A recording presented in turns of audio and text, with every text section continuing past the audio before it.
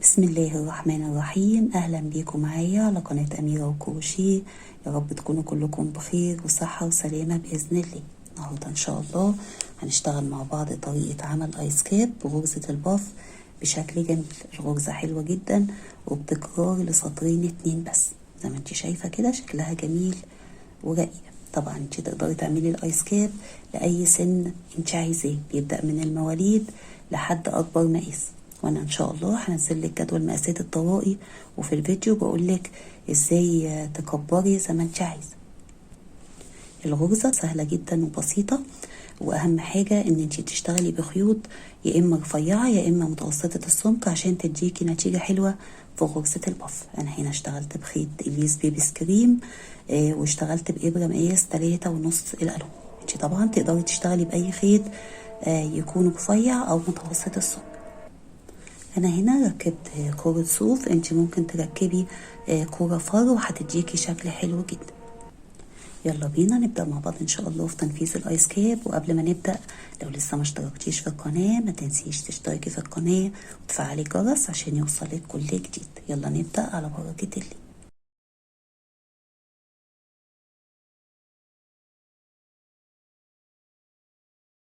نبدأ بسم الله الرحمن الرحيم. احنا عندنا هنا الايس كاب تقدري تعمليه لأي سن انت عايزاه. كل اللي هتحتاجيه مقاسين، مقاس دوران الراس ومقاس طول الراس. ومقاس دوران الراس ده هنحتاجه في الأول، أما طول الراس ده بعد ما بنكرر في السطرين بنقيس بقى ونشوف الطول قد ايه.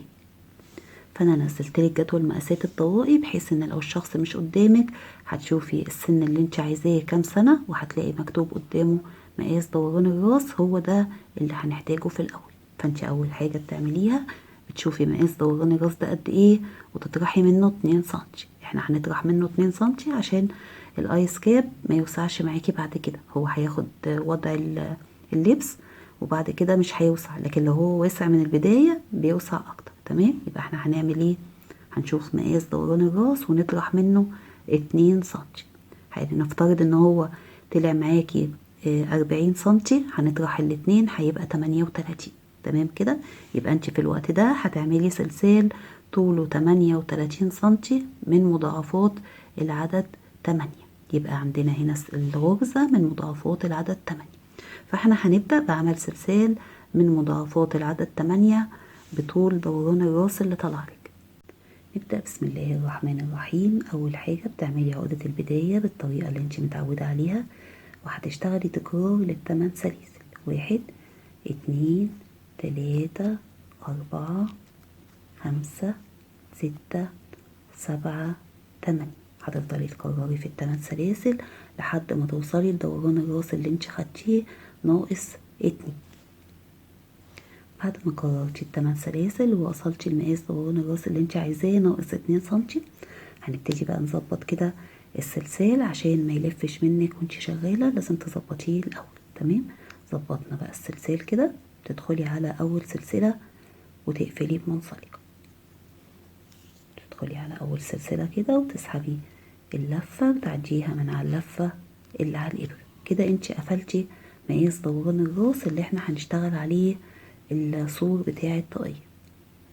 احنا هنا هنشتغل بغرز الحشو بس هنشتغل السطور بطريقة عكسية، يعني هنشتغل سطر ونقلب السطر اللي بعديه بالطريقة اللي هتشوفيها دلوقتي. فانت هتدخلي على اول سلسلة كده وهتاخدي الخيط معاكي تحت الشغل وهتعملي غرزة حشو، والسطر كله هيمشي معاكي جوه كل سلسلة هتشتغلي غرزة حشو. تدخلي كده جوه السلسلة وتعملي غرزة حشو، جوه السلسلة اللي بعدها وتعملي غرزة حشو. تكوني واخدة الخيط معاكي تحت الشغل. هتكملي كل السطر بالطريقة دي، جوه كل سلسلة بتعملي غرزة حشو. هتكملي كده لحد اخر السطر. بعد ما اشتغلتي على كل سلسلة غرزة حشو اخر السطر، تدخلي ما بين سلسلة الارتفاع وما بين غرزة الحشو وتقفلي بمنزلقة. تمام، يبقى احنا كده قفلنا السطر الاول وكان كله عبارة عن غرز حشو. السطر التاني برضه غرز حشو بس بنلف الشغل ونشتغل على ظهره فبتدينا شكل جميل. تمام، فانت في الاول بترتفعي السلسلة وبتلفي الشغل. تمام، واحنا هنا دي اول غرزة حشو عندنا، بس احنا مش هندخل على اول غرزة حشو، احنا هندخل على قفلة السطر، الفراغ ده عشان ما تبقاش واسعة عندنا. تمام، فانت هتدخلي على اول فراغ عندك ده وهتعملي عليه غرزة حشو، وهتكملي السطر كله جوه كل سلسلة، جوه كل غرزة حشو بتشتغلي غرزة حشو يعني عادي خالص. بس اهم حاجة ان انت تدخلي على اول فراغ قبلك ده عشان ما يبقاش واسع عندك الشغل وتبقى شكلها مش حلو. هتكملي السطر كله جوه كل غرزة حشو هتشتغلي غرزة حشو، وهاجي اوريكي هنقفل ازاي. بعد ما اشتغلتي السطر كله غرز الحشو، اخر السطر احنا عندنا هنا في فراغ قبل ارتفاع السلسلة، هو ده اللي كانت غرزة الحشو عندنا، فاحنا بنسيب ده. تمام، مبنشتغلش جواه، وكده بيبقى عوضنا غرزة الحشو اللي زودناها هنا نقصناها هنا. تمام، فكده بيبقى مظبوط معانا، يعني زي ما انت شايفة كده دي في السطر اللي تحت كانت غرزة حشو فبنسيبها. هتدخلي ما بين سلسلة الارتفاع وما بين غرزة الحشو تقفلي بمنزلق، وده كده هيبقى شكل السطر وهيديكي شكل جميل لما يخلص. هترتفعي سلسلة وبرضو بتلفي الشغل، ولما بتلفي الشغل بتدخلي جوه اول فراغية قبلك كده. تمام، بالطريقة دي كده عشان تديكي الشكل ده. هتشتغلي غرز حشو، هتكملي السطر كله جوه كل غرزة حشو، وهتشتغلي غرزة حشو سهلة اهي. واخر السطر لما بتيجي تشتغلي غرزة حشو بتشتغلي اخر غرزة حشو على غرزة الحشو دي، الفراغ ده كده ملكيش دعوة بيه. تمام، فانت هتكملي السطر كله بغرز الحشو، وهتعملي عدد من السطور حسب ما انت عايزة عرض سور الايس كيب. لقيتي الغرزة دي عايزة تعملي أعمدة خلفية وأعمدة أمامية براحتك برضو، بس أهم حاجة إن انتي بتبدأي السلسال من مضاعفات العدد 8. فانتي هتكملي كده وهنيجي نكمل مع بعض. بعد ما اشتغلتي سور الايس كيب بالعرض اللي انتي عايزاه، أنا هنا اشتغلت 5 سطور. دلوقتي هنبدأ مع بعض في غرزة الايس كيب. أول حاجة هترتفعي سلسلة وهتسيبي أول غرزة حشو وهتشتغلي على اللي بعدها غرزة حشو، وعلى اللي جنبها غرزة حشو. يبقى احنا كده ارتفعنا سلسلة وسيبنا غرزة حشو واشتغلنا غرزتين حشو جنب بعض. تمام، هتشتغلي سلسلتين 1 2 وهتسيبي غرزة حشو والتانية، وجوه التالتة هتعملي غرزة حشو وسلسلتين 1 2 وهنسيب غرزة حشو والتانية، وهنشتغل 3 غرز حشو. بداية التكرار عندك هيبقى من أول ال3 غرز حشو دول. فانت بعد ما اشتغلتي السلسلتين هتسيبي سلسلة، هتسيبي غرزة حشو والتانية، وهتدخلي جوه التالتة تشتغلي 3 غرز حشو جنب بعض.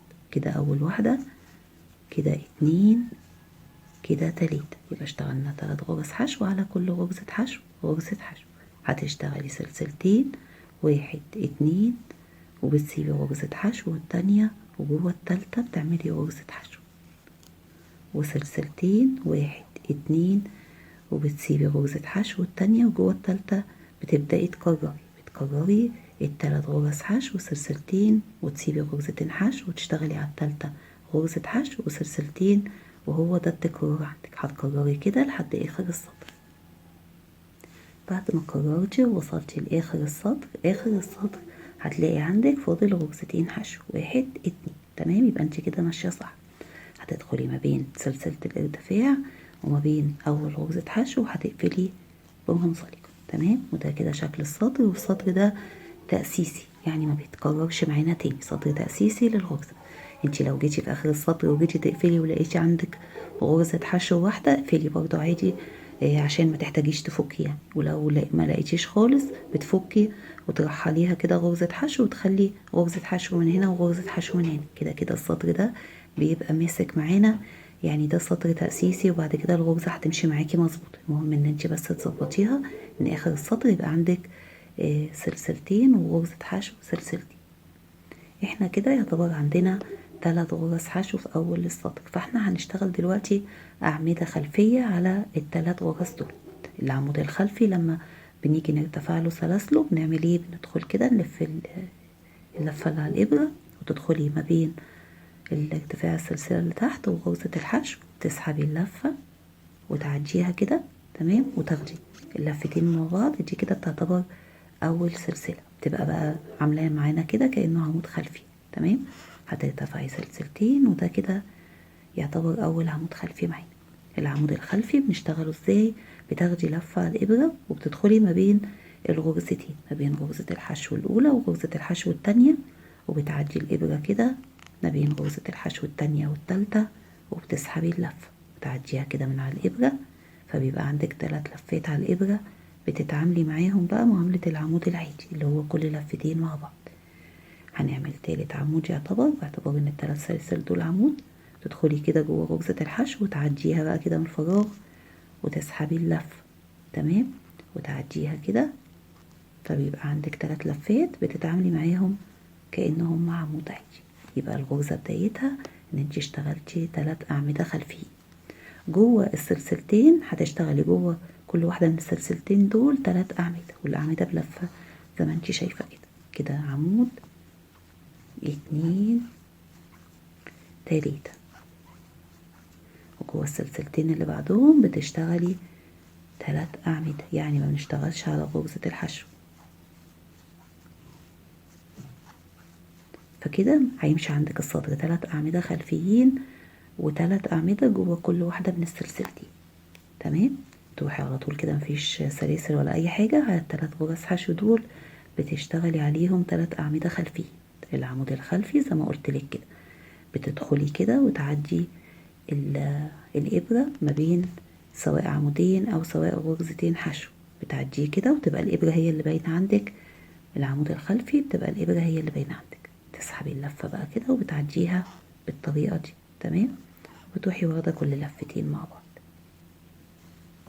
تاخدي لفة وتدخلي كده وتسحبي اللفة وتاخدي كل لفتين مع بعض. ده كده العمود الخلفي. كده احنا اشتغلنا 3 أعمدة خلفيين. اللي هيكرر معاكي ان انت هتشتغلي 3 أعمدة خلفيين على ال3 غرز حشو. اما جوه السلسلتين بتشتغلي جوه كل واحدة من السلسلتين 3 أعمدة كده، 1 2 3 جوه اول سلسلتين، وجوه تاني سلسلتين برضو 3، 1 2 3. هيمشي السطر معاكي كله 3 أعمدة خلفيين، 3 أعمدة جوه كل سلسلتين لحد آخر السطر. بعد ما اشتغلتي السطر كله 3 أعمدة خلفيين و3 أعمدة على كل سلسلتين، آخر السطر بتقفلي بمنزلقة على تالت سلسلة، تمام. وده كده شكل السطر عندك. السطر اللي بعده احنا عندنا الغرزة بتتكرر كل سطرين، هما ده السطر اللي فات والسطر اللي جاي، بس لسه هنشتغلهم مع بعض كمان سطرين، عشان احنا هنا هنشتغل غرز البف على على غرزة الحشو، اما بعد كده هنشتغلها على غرزة البف، فهيبقى هو التكرار اللي احنا هنشتغله على غرزة البف، تمام. فانت في السطر ده بترتفعي 3 سلاسل، 1 2 3، وهنا بتشتغلي على كل عمود من الاتنين دول عمود. يعني احنا هنشتغل على 3 أعمدة، 3 أعمدة عاديين مش خلفيين. احنا عندنا سطر هيبقى 3 أعمدة خلفيين اللي هو هيبقى كله أعمدة، والسطر اللي فيه بف بيبقى 3 أعمدة عاديين، تمام. يعني احنا دلوقتي هنشتغل غرزة البف، وهتركزي معايا كده، هي غرزة البف سهلة خالص، وهتشوفي كده طريقتها وطريقة دخول الإبرة ازاي عشان تعملي زيه بالظبط. أول حاجة بتعملي سلسلتين، تمام، وهتاخدي لفة على الإبرة، واحنا هنا هنشتغل غرزة البف على غرزة الحشو اللي في السطر اللي تحت، تمام. احنا هنا عندنا 3 أعمدة و3 أعمدة، احنا هنشتغل غرزة البف على غرزة الحشو، وهنطلع بعد كده نشتغل غرزة البف في الفراغ اللي ما بين ال3 أعمدة دول. أول حاجة بتاخدي اللفة على الإبرة وبتدخلي تشتغلي أول غرزة بف على غرزة الحشو، ولما هتدخلي الإبرة في غرزة الحشو بتدخليها بالطريقة دي، بتدخليها جوه غرزة الحشو كده وبعدين تعديها من الناحية التانية، يعني ما تشتغليش على ايه، مش تاخديها بقى كده تغلطي وتاخديها كده، لا، لان احنا عايزين الفراغ ده يبقى فاضي، تمام. يبقى احنا هندخل الابرة ازاي، هتدخلي الابرة كده جوه غرزة الحشو وهتعديها من ورا غرزة الحشو، برضه هيبقى فوقيكي الفراغ ده اللي هو ما بين ال3 أعمدة وال3 أعمدة. وهنا هنبدأ نشتغل غرزة بف من 4 أعمدة، وغرزة البف يعني بتاخدي اللفة على الإبرة وتسحبي اللفة وبتخليها على الإبرة، بتكرري ده 4 مرات بتوع ال4 أعمدة، وفي الآخر بناخدوا اللفات كلها مع بعض. فانت دلوقتي خدتي لفة اول عمود، بتسحبي اللفة بقى وتعلي ايدك لفوق كده عشان غرزة البف اللي هي المنتفخة تطلع منتفخة معاكي بجد. تمام. فانت اول حاجة بترتفعي كده، تمام، وتاخدي لفة ايه تاني عمود وتدخلي برضو بنفس الطريقة دي كده، تمام، وتروحي جاية سحبة اللفة. فكده بقى عندك 4 لفات بتوع عمودين. بتحطي ايدك كده بقى عشان ما تسيبش معاكي، وتدخلي برضو بنفس الطريقة كده، تمام، يعني الفراغ اللي فوق ده يفضل فوق، وتروحي سحبة لفة تالت عمود، تاخدي لفة على الإبرة وتدخلي بنفس الطريقة تسحبي لفة رابع عمود. بتظبطي ايدك كده وتاخدي، انت عندك كده 8 لفات بتوع الأعمدة واللفة الأساسية، بتاخديهم كلهم مع بعض كده بسحبة واحدة، تمام. دي كده غرزة البف. الأول بتقفلي عليها، بقت غرزة بف اهي عندك منفوخة اهي، وبعدين بتعملي سلسلتين، وهنروح نعمل غرزة بف تانية. هنعمل غرزة البف التانية فين بقى؟ عندك 3 أعمدة فوق اهو و3 أعمدة، هنعملهم في الفراغ اللي ما بين ال3 أعمدة دول وال3 أعمدة اللي بعدهم. بتدخلي تعملي غرزة بف من 4 أعمدة، والعمود بناخده لفته ونسحبه اللفة ونسيبهم الاتنين على الإبرة. تحطي ايدك كده وتاخدي لفة على الإبرة وتسحبي لفة تاني عمود، وتاخدي لفة على الإبرة وتسحبي لفة تالت عمود، تاخدي لفة على الإبرة وتسحبي لفة رابع عمود. أهم حاجة تعلي ايدك وانتي شغالة في غرزة البف عشان تطلع منتفخة معاكي، تمام. كده عندك 8 لفات بتوع ال4 أعمدة واللفة الأساسية، بتاخديهم كلهم كده مع بعض بسحبة واحدة. حلوة السحبة دي، بسحبة واحدة كده، تمام. بعد ما خدتيهم بسحبة واحدة بتقفلي عليهم الأول، وبعد كده بتعملي سلسلتين، 1 2، تمام. يبقى انت كده عملتي غرزة بف على غرزة الحشو وغرزة بف فوق، وما بين كل غرزة بف وغرزة بف بيبقى عندك سلسلتين، سلسلتين قبلها سلسلتين بعدها وسلسلتين بعد دي، وننزل بقى تحت تاني نعمل على نفس غرزة البف على نفس غرزة الحشو غرزة بف من 4 أعمدة، فبتوسعي لها المكان كده وتدخلي بنفس الطريقة، تمام. بتتني بقى العمود الغرزة كده عشان تبقى ايه مظبوطة معاكي، يعني هي متنية بالطريقة دي، وبتشتغلي بقى كده هتشتغلي مرتاحة، تمام. هتاخدي الأول لفة على الإبرة وتسحبي اللفة دول كده أول عمود، تدخلي كده تسحبي لفة ايه تاني عمود، تاخدي لفة على الإبرة كده وتسحبي لفة تالت عمود وانت كده جوه غرزة الحشو، تمام كده، ولفة رابع عمود، وتظبطي ايدك كده وتخلي الأعمدة كلها تبقى جنب بعض، وبعدين بتاخدي اللفات كلها مع بعض بسحبة واحدة، تمام، وتقفلي عليهم. بعد ما بتقفلي عليهم بتعملي سلسلتين، 1 2. يبقى انت كده ده كده شكل الغرزة عندك، لما بنشتغل بقى فوقيها بتتظبط معانا، تمام. يبقى احنا كده اشتغلنا 4 من السلسلتين، واحدة قبل غرزة البف وواحدة بعدها، وواحدة بعد غرزة البف اللي في النص، وواحدة ايه بعد غرزة البف الأخيرة. يبقى عندك 1 2 3 4 من السلسلتين و3 من غرز البف اشتغلناهم بالطريقة دي. بعد بقى ما بتشتغلي السلسلتين بتشتغلي 3 أعمدة على ال3 أعمدة الخلفيين، يعني ال3 أعمدة اللي كانوا على السلاسل دول ما بنشتغلش عليهم، بنشتغل على بنسيبهم كده ملناش دعوة بيهم، بنشتغل على ال3 الخلفيين. تشتغلي على أول عمود عمود عادي، احنا عندنا سطر عمود خلفي وسطر عمود عادي، ده بقى السطر اللي فيه البف بيبقى الأعمدة عادية، فبتشتغلي على كل عمود من العمود الخلفي عمود عادي، تمام. هي دي كده الغرزة عندك، انا هكررها مرة معاكي عشان برضو ايه لو في حاجة ما فهمتها لكيش افهمها لك كويس ان شاء الله. هتشتغلي في الاول سلسلتين، يبقى انت عندك ما بين الاعمدة وغرزة البف عندك سلسلتين، بتاخدي لفة على الابرة، والدخلة بتاعة الابرة في غرزة الحشو وهي اهم حاجة، ما احنا المفروض بقى بناخده بنلفه كده ونسحبه اللفة لفوق، لا احنا بندخله تمام ونتني كده ونطلع ايه الابره اهي زي ما انت شايفه، اللي فوق ده ملناش دعوه بيه. تروحي تانية بقى الشغل كده هتلاقي كل حاجه سهله معاكي باذن الله، وتعملي اول غرزه بف كده، عملنا اول عمود كده، تاني عمود وتعلي ايدك كده كده، تالت عمود تمام، وكده رابع عمود، فبقى عندنا 8 لفات على الابره بتوع ال4 أعمدة، بتاخديهم كلهم كده بسحبه واحده، تمام، وتقفلي عليهم.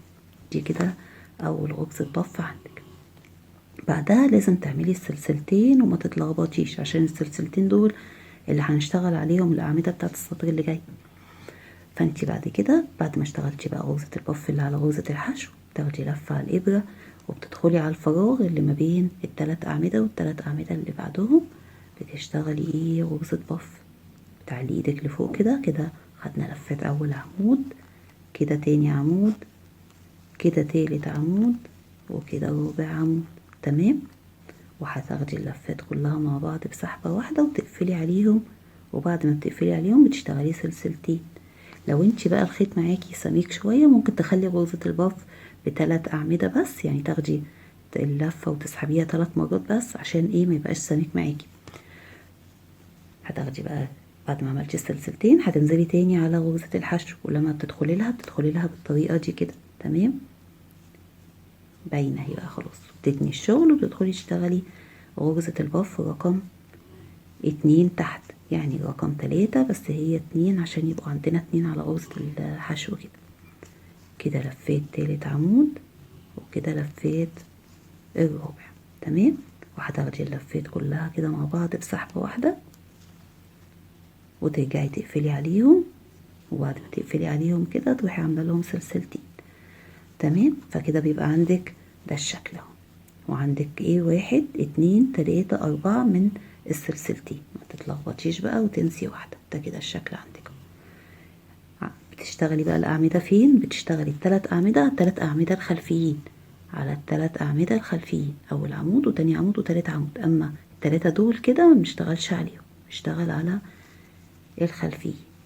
كده عمود 2 3، وبتفضلي بقى تكرري الغرزة كده من أول السلسلتين لحد التلات أعمدة لحد آخر السطر، وهاجي أقفل معاكي وأوريكي السطر اللي بعده. بعد ما كررتي الغرزة، ده شكل السطر عندك. وانت عندك لما هنشتغل بعد كده في السطور اللي جاية بيترفع معاكي غرزة البف اللي لوحدها دي. تمام. اخر السطر بعد ما اشتغلتي السلسلتين، وما تنسيش السلسلتين، هتدخلي على تالت سلسلة من سلاسل الارتفاع وهتقفليه بمنزلقة. تمام. احنا دلوقتي عندنا الغرزة تكرار لسطرين 2 بس. السطر اللي انا هشتغله معاكي ده هو اول سطر عندك في التكرار، فانت هترتفعي في الاول 3 سلاسل، 1 2 3. والسطر اللي مفيهوش غرز بف بيبقى هو اللي الاعمدة اللي فيه خلفية، فانت بتاخدي لفة على الابرة. معلش اسفة، انا بدأت كده ايه ب3 سلاسل على طول، فاحنا هنفك وهنشتغل ايه اللي هي ال3 سلاسل بطريقة العمود الخلفي. فبتدخلي كده وبتسحبي اللفة. تمام. وبتشتغلي ايه بتاخدي اللفتين مع بعض وبتشتغلي سلسلتين. ده كده كأنه عندك عمود خلفي. يبقى السطر اللي فيه أعمدة خلفية بتبدأي البداية زي ما أنا بدأتها كده. هتشتغلي بقى على كل عمود من الاتنين عمود خلفي. احنا اشتغلنا السطر ده تحت، يبقى احنا كده اشتغلنا يعتبر 3 أعمدة خلفيين. جوه السلاسل بتشتغلي 3 أعمدة. انهي سلاسل بقى؟ السلاسل اللي ما بين غرزة البف اللي تحت وغرزة البف اللي فوق. يعني بتسيبي اول سلسلتين عندك، اول سلسلتين دول ما بنشتغلش عليهم. تمام. بنشتغل على السلسلتين اللي ما بين غرز البف. السلسلتين دول بتشتغلي عليهم 3 أعمدة، ودول بتشتغلي 3 أعمدة. اما دول واللي بعدهم كده اللي ما بين الأعمدة وغرزة البف دول ما بنشتغلش عليهم. تمام. فانتي بتدخلي كده بتسيبي دول وتدخلي على اللي ما بين غرزتين البف تشتغلي عليهم 3 أعمدة، 1 2 3. تمام. وعلى السلسلتين اللي بعد غرزة البف اللي ما بين غرزة البف التانية والتالتة تشتغلي برضو 3 أعمدة، 1 2 3. يعني هيمشي السطر عندك عبارة عن 3 أعمدة جوه كل سلسلتين و3 أعمدة خلفيين، مفيش سلاسل في السطر ده. تاخدي لفة كده على طول، واللي بيتكرر معاكي هو ده. بتدخلي جوه ال3 أعمدة دول تشتغلي 3 أعمدة خلفيين. وانت عرفتي بقى العمود الخلفي، بتدخلي كده وتسحبي اللفة وتتعاملي معاه انه لا انه عمود عادي. 3 أعمدة خلفيين. تمام كده. بعد ما بتشتغلي 3 أعمدة خلفيين بتركزي بقى كده وبتسيبي السلسلتين اللي بعد العمود على طول، وتدخلي على السلسلتين اللي ما بين غرز البف. أول سلسلتين بتشتغلي جواهم 3 أعمدة، 1 2 3. يبقى احنا اشتغلنا على السلسلة على السلسلتين اللي قبل غرزة البف اللي في النص دي، وعلى السلسلتين اللي بعدها. تمام كده 3 أعمدة، كده 2 وكده 3.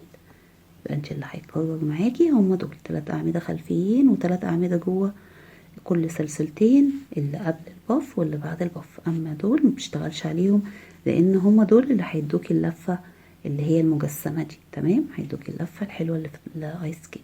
فانت هتكرري كده لحد اخر السطر. بعد ما كررتي اللي احنا اشتغلناه ده كده شكل السطر عندك. تمام، زي ما انت شايفة كده عطانا شكل جميل مجسم.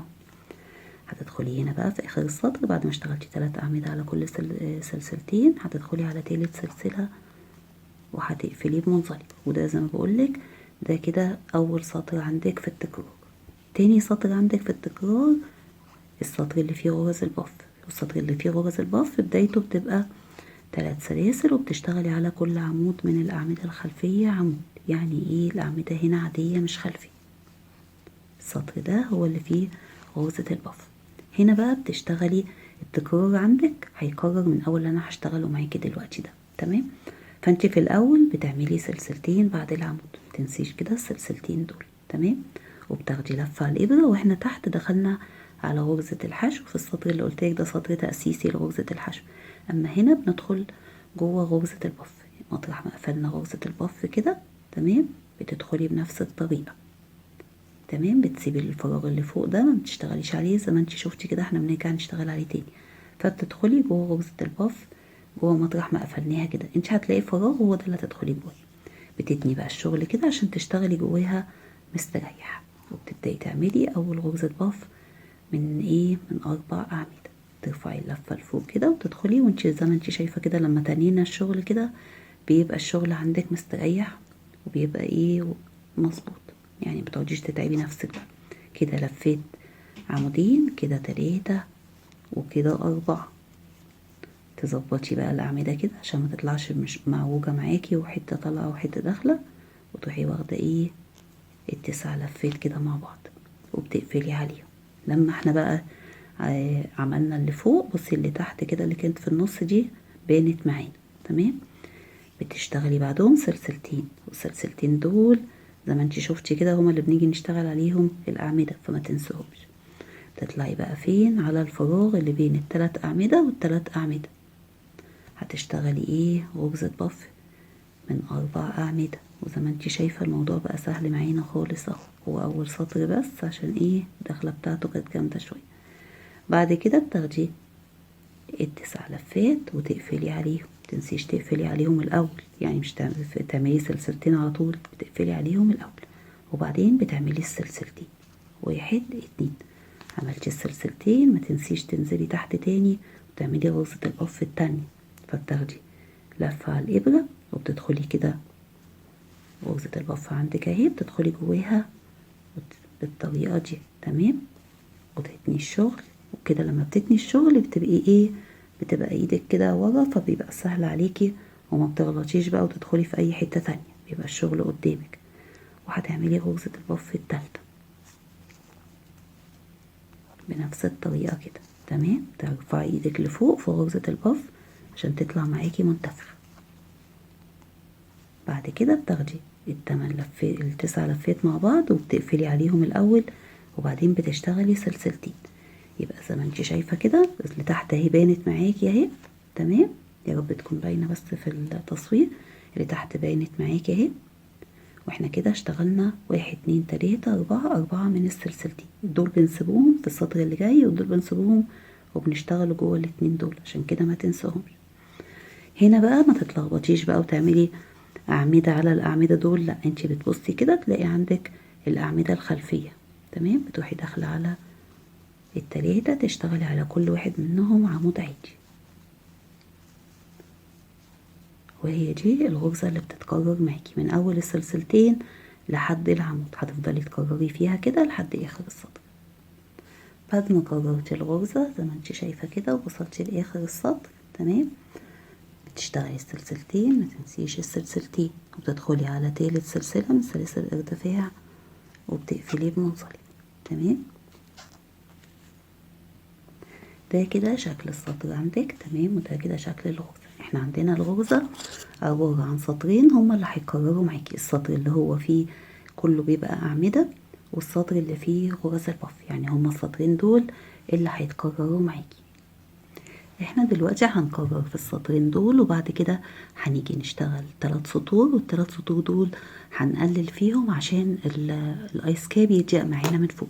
فانت هتشوفي في جدول المقاسات مقاس طول الايس كاب قد ايه اللي انت عايزاه للسن اللي انت عملتي له دوران الراس، وبعدين هتشتغلي تكرار للسطرين، وهتكوني عامله حسابك ان في 3 سطور هنشتغلهم، يعني حوالي 3 سنتي. يعني لو عندك المقاس طلع 15 سنتي هتسيبي 3 سنتي، يعني هتعمليه 12 سنتي. هتكرري كده لحد ما الطول عندك يبقى 12 سنتي. فانت هتفضلي تكرري في السطرين، واخر سطر عندك في التكرار هيبقى هو تكرار السطر الاول اللي هو كله عبارة عن 3 أعمدة خلفيين و3 عاديين على كل سلسلتين 3 أعمدة. تمام، فانت هتفضلي تكرري كده لحد ما توصلي للطول اللي انت عايزاه ناقص 3 سنتي اللي احنا هنشتغلهم في الاخر.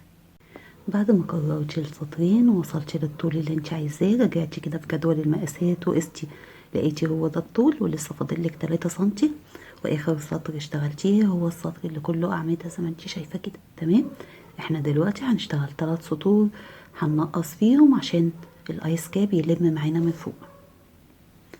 اول سطر من التلاتة احنا كنا هنا بنشتغل 3 أعمدة وبعدين بنشتغل غرز البف. احنا دلوقتي هنشتغل على ال3 أعمدة دول غرز الكلاستر من 3 أعمدة، يعني هننقص.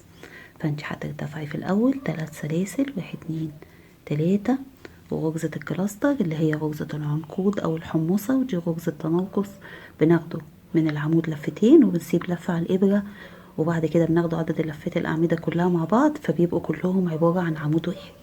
فاحنا دلوقتي هناخد لفة على الإبرة وهندخل يعتبر كده على تاني عمود، هتسحبي اللفة وتاخدي لفتين وتسيبي لفة على الإبرة، والعمود اللي بعده بتاخدي لفتين وتسيبي لفة على الإبرة، وبعدين بتاخدي ال3 لفات مع بعض وتقفلي عليهم. انت كده عملتي غرزة كلاستر ضيقتي بيها الشغل من فوق. تمام، احنا دلوقتي المفروض بنشتغل السطر اللي هو فيه غرز البف، فاحنا هنا كنا بنشتغل سلسلتين، بدل ما بتشتغلي سلسلتين هتشتغلي سلسلة واحدة بس. تمام، وهتنزلي بقى عادي تشتغلي غرز البف اللي احنا متعودين نشتغلها، اللي هي جوه غرزة البف اللي تحت بتشتغلي غرزة بف من 4 أعمدة، بتاخدي لفات الأعمدة كده وتسيبيها على الإبرة، بيبقى عندك 9 لفات بتاخديهم كلهم بسحبة واحدة. تمام، وتقفلي عليهم.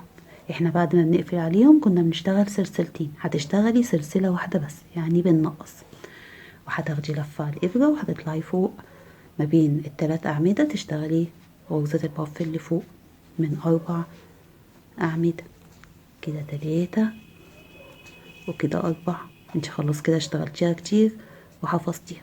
قفلنا عليها، بدل ما بنعمل سلسلتين هتعملي سلسلة واحدة بس، يعني نقصنا سلسلة. هتاخدي لفة على الإبرة وتنزلي تاني على غرزة البف، تدخلي كده جنب غرزة البف الأولى وتشتغلي غرزة البف التانية اللي هي من 4 أعمدة. تمام، كده 3 وكده 4. هناخد اللفات كلها مع بعض ونقفل عليها ونشتغل ايه سلسلة واحدة بس، يعني احنا كده نقصنا 4 سلاسل، نقصنا من كل واحدة من دول سلسلة. تمام، هتروحي بقى على ايه، ده الشكل عندك اهو. تمام، هتروحي بقى على ال3 أعمدة، احنا كنا بنشتغل على كل عمود عمود 3 أعمدة الخلفيين دول. تمام، هنشتغل عليهم غرزة كلاستر من 3 أعمدة، يعني بتشتغلي العمود تاخدي منه لفتين وتسيبي لفة، والعمود التاني بتاخدي لفتين وتسيبي لفة، والتالت وبعدين بتاخدي ال4 لفات مع بعض وتقفلي عليهم. انت اللي هيتكرر معاكي الجزء ده. هتعملي سلسلة واحدة بس، يعني بعد ده كده هتعملي سلسلة وتبدأي تكرري بقى ايه غرزة الباف، والفرق هيبقى سلسلة واحدة بس، وتشتغلي بعد كده غرزة الكلاستر، وهتكرري كده لحد اخر السطر. بعد ما اشتغلتي السطر كله بنفس الطريقة، جمعتي التلات أعمدة مع بعض ونقصتي سلسلة فرق ما بين غرز الباف وبعضها، اخر السطر هتقفلي بمنزلقة على غرزة الكلاستر، يعني هتدخلي على مطرح ما قفلتي الأعمدة مع بعض كده وهتقفلي ايه بمنزلقة. تمام، وده كده شكل السطر عندك. تاني سطر المفروض ان انت بتشتغلي هنا 3 أعمدة، وبعد كده بتشتغلي هنا 3 أعمدة جوه كل سلسلتين. احنا هنا بقى عندنا سلسلة واحدة بس، وهنا اختصرنا الأعمدة، فانت دلوقتي هترتفعي 3 سلاسل ودول بتعتبريهم عمود، وهتاخدي لفة على الإبرة وهتدخلي في المكان الفراغ ده كده، تمام، بتاع غرزة الكلاستر، مطرح ما قفلتي السلاسل، وهتشتغلي عمود كده، يعتبر اشتغلتي غرزة كلاستر من عمودين فوق غرزة الكلاستر دي. تمام، هنا مفيش بقى سلاسل ولا حاجة، تدخلي على السلسلة، بدل ما بتشتغلي 3 أعمدة بتشتغلي غرزة كلاستر من عمودين، يعني قللنا عمود وجمعنا عمودين في عمود، ففي السطر الجاي هيبقوا عمود واحد بس. تمام، يعني انت دلوقتي هتاخدي لفتين وهتدخلي كده تاخدي لفتين من العمود التاني وتجمعي التلات لفات مع بعض كده، فانت كده عملتي غرزة كلاستر من عمودين فين؟ على السلسلة اللي ما بين غرزتين الباف. تقفلي عليها وتروحي على السلسلة اللي بعدها بتشتغلي غرزة كلاستر برضه، تاخدي لفتين من العمود، والعمود اللي بعده تاخدي لفتين وبتقفليهم، تسحبيهم التلاتة كده وتقفليهم. يبقى انت كده اشتغلتي غرزة كلاستر من عمودين جوه السلسلتين اللي بعده. عندك غرزة كلاستر، بتروحي هنا عندك فراغ اهو، تمام، وفراغ مطرح ما قفلتي عليه، بتدخلي على اول واحد تعملي غرزة كلاستر من عمودين، عمود على اول فراغ ده وعمود على الفراغ اللي بعده، تمام، وتقفلي عليها. يعني انت هتمشي السطر كله غرز كلاستر من عمودين. اول غرزة كلاستر تشتغليها جوه السلسلة اللي بين غرزتين الباف من عمودين اهي، تمام. تاني غرزة كلاستر على السلسلة اللي بعدها وتقفلي عليها، وتالت واحدة على غرزة الكلاستر، تمام، على الفراغ ده وعلى الفراغ اللي هو لما ايه قفلنا عليها، تمام، يعني ده اللي جمعناهم مع بعض وده اللي قفلنا عليه. تعملي غرزة كلاستر وتقفلي عليه، هتمشي السطر كله بالطريقة دي، غرز كلاستر بالطريقة اللي احنا اشتغلناها، 2 على كل غرزة كلاستر على سلسلة، وواحدة على ايه على غرزة الكلاستر. بعد ما اشتغلنا السطر كله بالطريقة دي، غرزة كلاستر من عمودين جوه السلسلة، وغرزة كلاستر من عمودين جوه السلسلة اللي بعدها، وغرزة كلاستر من عمودين على غرزة الكلاستر. اخر السطر بتدخلي تقفلي بمنزلقة مطرح ما ايه على العمود، يعتبر كده هتعمليها على العمود. احنا كنا في اول السطر ارتفعنا 3 سلاسل وعملنا عمود، هتدخلي على العمود كده وهتقفلي بمنزلقة، وزي ما انتي شايفة كده الايس كاب ده معانا من فوق، ولسه السطر الجاي هيجي اكتر. تمام، يبقى احنا كده اشتغلنا سطرين، هنشتغل دلوقتي التالت. السطر التالت بنشتغل غرزة كلاستر، بنجمع غرزتين الكلاستر دول مع بعض، بنشتغل عمود على اول غرزة كلاستر من عمودين، وعمود على الغرزة اللي بعدها، تمام. فانتي بتشتغلي 3 سلاسل ودول بنعتبرهم عمود، يبقى هتروحي على غرزة الكلاستر اللي بعدها، تمام، هتدخلي عليها كده وهتشتغلي عليها عمود كده، يعتبر اشتغلتي على اول غرزة كلاستر عمودين. هتاخدي لفة على الابرة وهتروحي على غرزتين الكلاستر دول تجمعيهم مع بعض، بتاخدي من العمود لفتين وتسيبي لفة على الابرة، وتروحي على غرزة الكلاستر اللي بعدها دي، تاخدي من العمود لفتين وتسيبي لفة على الابرة وتاخديهم مع بعض وتقفلي عليهم، وبتفضلي تكرري كده كل غرزتين كلاستر بتاخديهم مع بعض، تشتغلي عمود على الاولى وتسيبي منه لفة، وعمود جوه التانية وتسيبي لفة منه على الإبرة، وتاخدي التلات لفات مع بعض وبتقفلي عليهم. انت كده بتضيقي الايس كاب من فوق، تمام. هتفضلي شغالة بنفس الطريقة دي كده، هتاخدي لفة على الإبرة وعلى غرزتين الكلاستر بتدخلي على الأولى، أول واحدة تقابلك بتشتغلي عمود، تاخدي منه لفتين وتسيبي لفة على الإبرة، وعلى تاني واحدة بتاخدي من العمود لفتين وتسيبي لفة على الابرة، وبعد كده بتاخدي ايه التلات لفات مع بعض وتقفلي عليهم، وهتكرري بالطريقة دي. كل غرزتين كلاستر بتاخديهم مع بعض، بتشتغلي عمود على الاولى وبتسيبي منه لفة على الابرة، وعمود على التانية وبتسيبي لفة على الابرة، وبعدين بتاخدي التلات لفات مع بعض وبتقفلي عليهم، وهتكرري كده هتلاقيها ضاقت معاكي من فوق. بعد ما اشتغلتي السطر كله بنفس الطريقة وزي ما انت شايفة كده ضاقت معانا الايس كيب دق معانا من فوق. لو في اخر الايس كيب لقيتي عندك 3 غرز كلاستر خديهم التلاتة مع بعض، يعني مش تاخدي واحدة بقى واتنين وكده، خديهم التلاتة مع بعض، وكده كده هيبقى احنا كده كده هنجمع الاعمدة كلها دلوقتي هنظبطهم مع بعض، فكده كده يبقى ايه نقصتي افضل من ان انت تزودي. تمام. فلو طلعلك في الاخر 3 من غرز الكلاستر اجمعيهم مع بعض. هنا بقى هتدخلي على اول عمود عملتيه لما ارتفعتي 3 سلاسل وعملتي عمود. تمام. وهتدخلي وهتسحبي الخيط، وهنا هتشدي بقى الخيط شويه عشان احنا عايزين فتله اكبر عشان نخيط بيها الجزء اللي فوق ده. فهتسيبي حته فتله قد كده. تمام. وهتقصيها بقى خلاص. وده كده شكل الايس كاب عندك من فوق.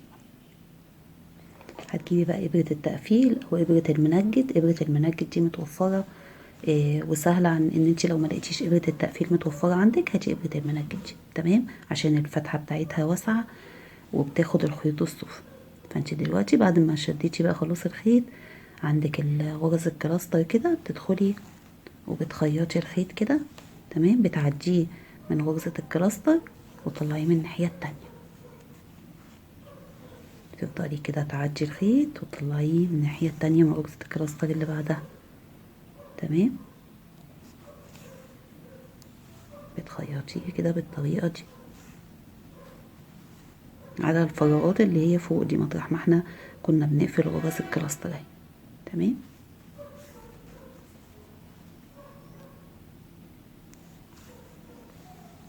خيطنا بقى كده بالطريقة دي.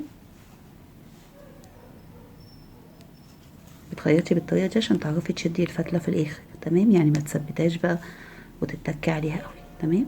انتي كده وصلتي للاخر خلاص ولا لسه؟ كده الاخر. تمام.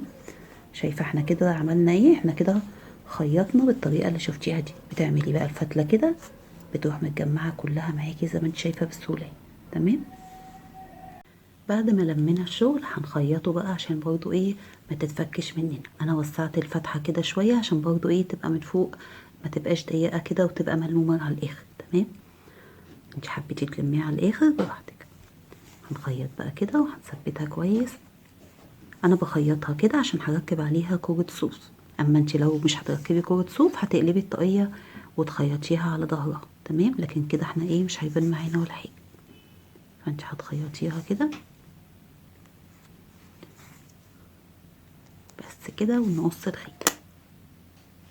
وده كده الشكل عندك لما ضمناها من فوق شكلها جميل اهي. تمام. بعد ما خلصنا الكاب هنشتغل مع بعض دلوقتي على السريع كده كورة من الصوف عشان نركبها على الايس كاب من فوق وتديله شكل جميل. لو انت عايزة تركبي كورة فرو هيبقى شكلها حلو، بس انا ما عنديش كورة من الفرو فهركب معاكي كورة صوف وهتديله شكل حلو برضو وهتبقى مش مكلفة زي الكورة الفرو. انت بتجيبي علبة دواء كده زي دي كده حسب ما انت عايزة. لو عايزة الكورة كبيرة هتجيبيها عريضة، لو عايزة الكورة تبقى صغيرة هتجيبي علبة اصغر من دي. تمام. دي بقى المتوفرة عندي فانا هشتغل معاكي بيها كده. يعني انت بتعملي ايه؟ بتمسكي الخيط كده. تمام. وبتلفي حوالين الكرتونة. طبعا يفضل تكون كرتونة اصغر من كده شوية. هتلفي حوالين الكرتونة كده بلفات من الخيط. لو عندك بقى خيط يعني عندك الخيوط اللي هي بقى متقطعة كده مش لازم تسحبي من البكرة، اي خيوط عندك من نفس اللون تكوني مقطعاها وانت شغالة كده فاضلة منك يعني بتعمليها. ممكن كمان تلفي كذا لون فوق بعض، يعني لو لفيتي في الجزء ده لون والجزء ده لون هيطلع معاكي كرة الصوف لونين. حبيتي تعملي 3 الوان هتطلع 3 الوان. تمام. فانت دلوقتي هتفضلي تلفي كده حسب ما انت عايزه. لو عايزه الكوره مليانه هتلفي عدد لفات اكتر، عايزه الكوره تبقى صغيره كده وبسيطه هتلفي عدد لفات اقل. انا هلف كده لحد ما يبقى عندي 60 لفة. تمام، فانا هلف لحد ما يبقى عندي 60 لفة وانتي تلفي زي ما انتي عايزة. بعد ما لفيتي بتقصي الخيط. تمام، بتجيبي بقى حتة خيط كده، بتروحي جاية ايه قصاه على 2، يبقى عندك خيطة زي دي كده. تمام، طلعي بقى بتطلعي الخيط كده من الكرتونة زي ما انتي شايفة كده، بنثبته بالطريقة دي. تمام، تحطيه على الخيط وايه وتخيطيه بالطريقة دي، تربطيه اسفة. تمام، هتربطيه كده. انا اللي بعملها معاكي دي عينة، اما انا عاملة كرة الصوف، يعني دي عينة كده بس صغيرة. تمام، فانتي هنا كده خلاص ربطتيها وبقى عندك كأنها فيونكة كده. هتجيبي بقى ورقة تحطيها تحت الشغل كده عشان خاطر الصوف ده بيبوظ الدنيا. تمام، بتيجي بقى تقصي الخيط من النص كده. تمام، وبتقصيه من الناحية التانية، وتبقي حريصة كده ان الخيط اللي انتي ربطتيه يبقى في ايدك. تمام، هتعملي ايه بقى؟ هتعملي الصوف كده تظبطيه وتروحي جايه عامله دايره كده، او مش لازم دايره، يعني تقصيه تهذبيه كده. تمام، ومن الناحيه التانية بنفس الطريقه كده تظبطي الفتل دي بحيث ان هي تبقى سوا بعض، ما تبقاش بقى داخله وطالعه وكده. بتمسكي بقى الخيط اللي انتي عملتيه ده. تمام، اللي هو اللي احنا رابطينه ده، اهم حاجه عندنا ان هو ما يروحش، ما يتقصش معانا بالغلط. وتظبطي بقى ايدك كده وتروحي جايه ايه قصه الزيادات. تمام، هتقصي بقى الزيادات كده وهتظبطيها، وهاجي اوريكي الكوره اللي انا عاملاها. انتي طبعا بتبقي عامله عدد لفات اكتر فبتطلع معاكي الكوره بالشكل ده. هي الطريقه بقى ان انتي هتفضلي تقصقصي في الخيط الصغير ده. تمام، ان هي تطلع مظبوطه معاكي وسوا بعض. انا طبعا بشرحها لك على السريع كده، اما هي ليها طرق كتير على اليوتيوب، لو انتي ما فهمتيش مني ممكن تشوفيها. تمام، هتظبطي كده وهتطلع معاكي زي ما انتي شايفه بالشكل ده. تمام، هتمسكي بقى دول ترميهم كده قبل ما يتبحتروا في البيت. عملتي بقى خلاص كرة الصوف وشكلها جميل زي ما انتي شايفه. بتجيبي الايس كاب. تمام، ناحيه ما انتي قفلتيه كده، وتجيبي فتله منهم، واحده كده منهم كده. تمام، وبالابره تدخلي الابره لجوه جوه الشغل كده، وتيجي عند الفتحه دي كده مثلا مطرح ما انتي قفلتيها اهو. تمام، وتروحي جايه سحبه الخيط، طلعه من الناحيه التانية. تمام، جنبها بقى مش في نفس المكان اللي انتي دخلتي فيه الاولى دي، جنبها بقى. تمام، يعني جنبها كده عشان لما تيجي تربطيهم مع بعض ما ايه يبقوا برضو بعيد عن بعض.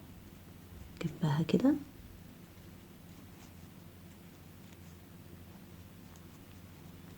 موضوع صعب ولا ايه؟ تمام، هتسحبيها بقى كده وتعديها من الناحية التانية.